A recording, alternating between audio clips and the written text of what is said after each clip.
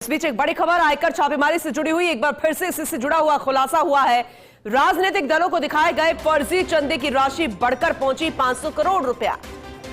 विश्वास सूत्रों ने दी अहम जानकारी। छापेमारी में अब तक जयपुर में मिला करीब 100 करोड़ की संदेहास्पद दान राशि। जयपुर में सांगानेर के प्रताप नगर हल्दीघाटी मार्ग पर हुई कार्रवाई। आनंद प्राइम बिल्डिंग के फ्लैट संख्या 305 में अरुण कुमार जैन की नमो कार सर्विसेज पर छापे। कई डॉक्यूमेंट्स, डिजिटल उपकरण भी जब्त किए गए हैं। राजनीतिक दलों को दिखाए गए फर्जी चंदे की रसीदों का रिकॉर्ड मिल रहा है। मामूली कमीशन पर कर सलाहकार उपलब्ध कराते थे आयकर छूट के लिए रसीदें। 3 से 10% कमीशन पर जारी की जाती थी ये दान की रसीदें। आयकर विभाग की अन्वेषण शाखा अब ये कार्रवाई कर रही है। राजनीतिक दलों को चंदे, फर्जी चिकित्सा खर्च, बच्चों की फर्जी ट्यूशन फीस, मकान किराया, इस तरह की कई रसीदों से आयकर छूट फर्जीवाड़ा मामला आयकर विभाग की मध्य प्रदेश में भारतीय सामाजिक पार्टी और महाराष्ट्र की युवा भारत आत्मनिर्भर दल के ठिकानों पर छापेमारी जारी। मध्य प्रदेश के अलीराजपुर में है भारतीय सामाजिक पार्टी का कार्यालय।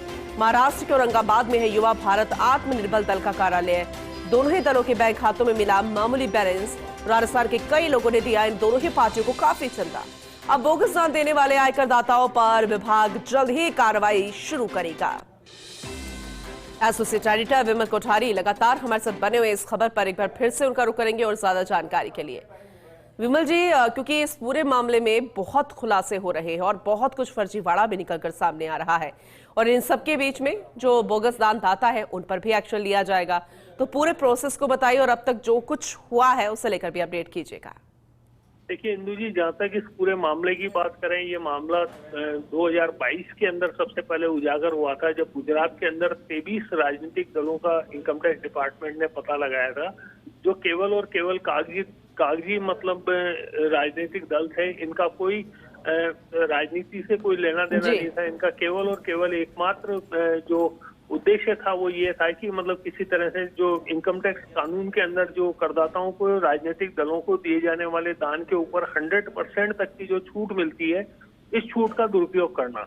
इस मामले को लेकर के आयकर विभाग ने 7 सितंबर 2022 को, अर्थात करीब 3 साल पहले, मुंबई और गुजरात के अंदर 110 ठिकानों पर छापेमारी की थी। 3 साल में इस कार्रवाई का जो आधार था वो चुनाव आयोग से जो इन दलों के बारे में राजनीतिक सूचना मिली थी, इन दलों के बारे में जो सूचनाएं मिली थी, जिसमें ये बताया गया था कि ये दल मामूली या नगण्य राजनीतिक गतिविधियों से संलग्न रहे हैं, लेकिन इन दलों ने करोड़ों रुपए के बोगस चंदा लिया है।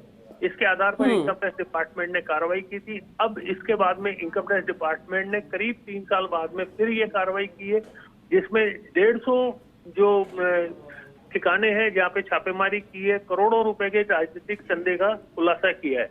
राजस्थान का जो इनकम टैक्स का अन्वेषण शाखा है, इस अन्वेषण शाखा ने 2 राजनीतिक दल है, जो एक महाराष्ट्र में है और दूसरा जो दल है वो एमपी में है। महाराष्ट्र में जो दल है उसका नाम युवा भारत आत्मनिर्भर दल बताया जाता है और ये एक मकान के अंदर संचालित हो रहा है औरंगाबाद में। इसी तरह से जो एक दूसरा दल है जो एमपी में है, जिसका नाम भारतीय सामाजिक पार्टी बताया जा रहा है, जिसका शॉर्ट फॉर्म बीएसपी होता है, ये प्लॉट संख्या 6 बस स्टैंड के पास अलीराजपुर मध्य प्रदेश में संचालित हो रहा है।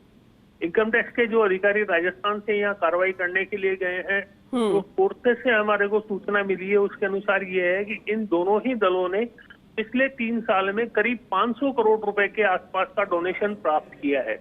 लेकिन ये दोनों ही दल ना तो किसी पॉलिटिकल एक्टिविटीज के अंदर सक्रिय हैं, ना ही इनकी कोई पॉलिटिकल प्रेजेंस इन क्षेत्रों में है। लेकिन इसके बावजूद इन दोनों दलों ने 500 करोड़ रुपए का ये जो डोनेशन लिया है, ये डोनेशन केवल और केवल इनकम टैक्स छूट में जो इनकम टैक्स कानून में जो करदाताओं को जो छूट दी जाती है, उस छूट का दुरुपयोग करने के लिए लिया है।